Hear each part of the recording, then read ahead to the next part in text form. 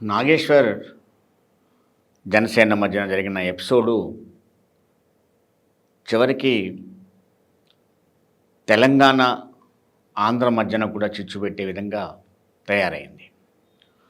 నాగేశ్వర్ ఒక జర్నలిస్టుగా రకరకాల పార్టీలని విమర్శించిన రోజులున్నాయి, ఇష్యూ మీద పోయిన రోజులున్నాయి, రకరకాల విశ్లేషణ చేసిన రోజులున్నాయి. జర్నలిస్టులకి విశ్లేషణని దాదాపుగా ఏ పార్టీ వాడు క్వశ్చన్ చేయడు. జనసేన పరిపక్వత అనుకోవాలా, లేదు కావాలని అనుకోవాలా, లేకపోతే తాత్కాలిక రియాక్షన్ అనుకోవాలా, బట్ ఏదైనా విమర్శ చేసి లాస్ట్కు ఆంధ్ర పోలీసులు కేసులు పెట్టే దశకి ఎదిగారు. దాన్ని తెలంగాణ సమాజం ఒక్కసారే గప్పుమని లేచింది. దాంతో ఆంధ్ర పోలీసులు వెనక్కి తగ్గారు. భవిష్యత్తులో ఇంకా కేసులు ఏమున్నాయో లేవో చూడాలి. దాని తర్వాత ఏమైంది, చివరికి పవన్ కళ్యాణ్ నాకు నాగేశ్వర్ అంటే ఇష్టం, నేనే వద్దన్నాను కేసులు అని చెప్పిన వ్యక్తి అక్కడక్కడ కోన మేధావులు కామెంట్లు చేశారు అని సెటైరికల్గా, నేను మాత్రమే సెటైరికల్గా చెప్పగలనని చెప్పాడు. అంటే తెలంగాణ వాళ్ళు అంతా అర్థం చేసుకోలేని పిచ్చి వాళ్ళ. దాంతో తెలంగాణలో రియాక్షన్. దీనంతా సైడ్ చేయడం కోసమని తెలంగాణలో పవన్ కళ్యాణ్ ఒక సభను పెట్టి నేను తెలంగాణకు వస్తున్నా అని చెప్పేసి ఒక వాతావరణాన్ని క్రియేట్ చేశాడు. నిజంగానే కనుక నీకు తెలంగాణకు మధ్యన ఏ వ్యత్యాసం లేదు, తెలంగాణ అంటే నాకు ఇష్టమని నీ తెలంగాణ జన సైనికులు చెప్పుకున్నట్టు నిజమే అయినట్లయితే 2వ తారీఖే ఎందుకు పెట్టుకోవాలి? ఆ 2వ తారీఖు తెలంగాణ ఎన్నో అమరవీరుల త్యాగాల ఫలితంగా వచ్చిన తెలంగాణని తెలంగాణ సమాజం ఒక పండుగ వాతావరణ జెండా పండుగ చేసుకుంటా ఉంటే ఆ రోజే కావాలనే కడబడి పాలనలో ఒక నిమ్మకాయ పిండినట్టుగా పిండి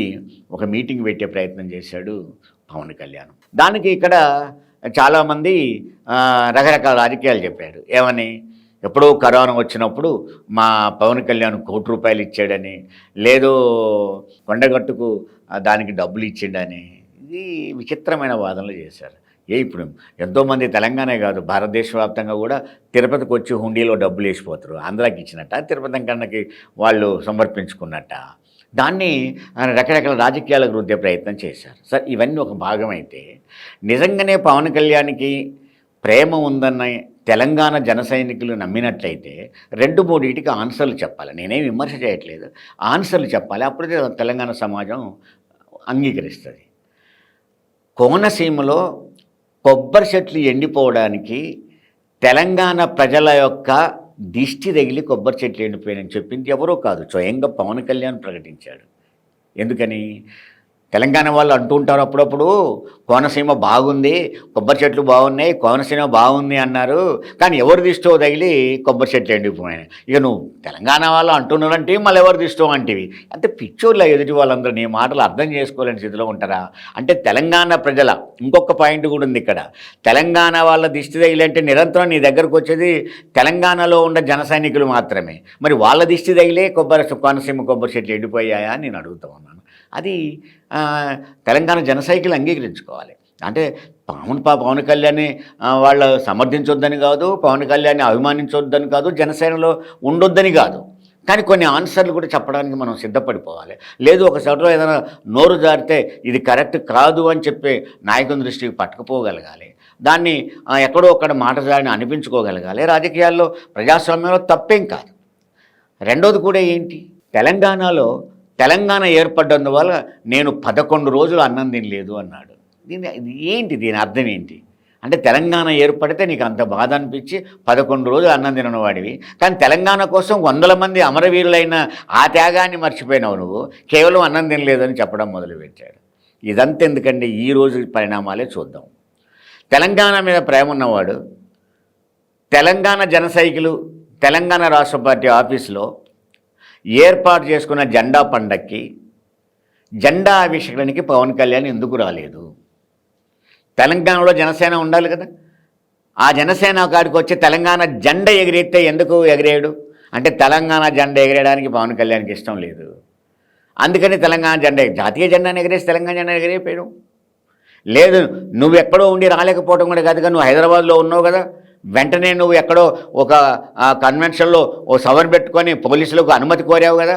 ఇంతకుముందు నువ్వు ఎప్పుడు తెలంగాణ జన సైనికులతో మీటింగ్ పెట్టలేదా? అప్పుడెందుకు పోలీసులు అనుమతి కోరలేదు? మరి ఇప్పుడెందుకు పోలీసులు అనుమతి కోరావు? ఇది ఫంక్షన్ హాలే కదా. అంటే పోలీసులు నీకు, తెలంగాణ గవర్నమెంట్కి నీకు ఈ ఇంటర్నల్ తగాద ఏంటి? తగాద పెట్టినట్టే ఉండాలి, పెట్టుకోనట్టు ఉండాలి, పెట్టుకున్నట్టు ఉండాలి, పెట్టుకొని ఉండాలి. ఏంటిది ఇదంతా? నువ్వు తెలంగాణ ఆఫీస్కి వచ్చి జెండా ఎగిరేయవు, కానీ హైదరాబాద్లో ఉంటావు, మళ్ళీ కన్వెన్షన్ పెట్టుకుంటావు. ఆడ పర్మిషన్ రాలేదని మీటింగ్ పెట్టలేదంటారు. మళ్ళీ సాయంత్రం 4 గంటలకు నాకు ప్రెస్ మీట్ అన్న పెట్టనియండి అని మళ్ళీ నువ్వు అప్పీల్ చేస్తావు. కనీసం నువ్వు రాలేకపోయావు అనుకో, సరే సాయంత్రం 3-4 గంటల దాకా నీ హెల్త్ బాగాలేదో ఏదో మొత్తం మీద ఉన్నావు అనుకో. నాగబాబుకి ఏమైంది? ఆయన ఎమ్మెల్సీ కదా, నీ పార్టీకి రావచ్చు కదా, జెండా ఎగిరేయవచ్చు కదా. తెలంగాణ జెండా ఎగిరేయడానికే మీకు ఇష్టం లేనప్పుడు తెలంగాణ జన సైనికులు ఒకటి ఆలోచించాలి, అభిమానించాలి, పార్టీలో ఉండాలి, తప్పొప్పుల్ని ప్రశ్నించాలి, తెలంగాణను కూడా ప్రేమించు అని చెప్పి అడగగలగాలి. అప్పుడు మాత్రమే మనం పార్టీకి న్యాయం చేసిన వాళ్ళం అవుతాం. బట్ ఏదైనా పవన్ కళ్యాణ్ మాటలు తెలిసన్నా తెలియకపోయినా తెలంగాణ ప్రజల మనోభావాన్ని దెబ్బతీస్తూ ఉన్నాయి. ఖచ్చితంగా తెలంగాణ సమాజం రియాక్ట్ అవుతుంది. తెలంగాణ జన సైనికులు ముందు ఆలోచించుకోవాల్సిన అవసరం ఉంది. ఇవన్నీ సరి చేసుకోవాల్సిన అవసరమే ఉంటుంది.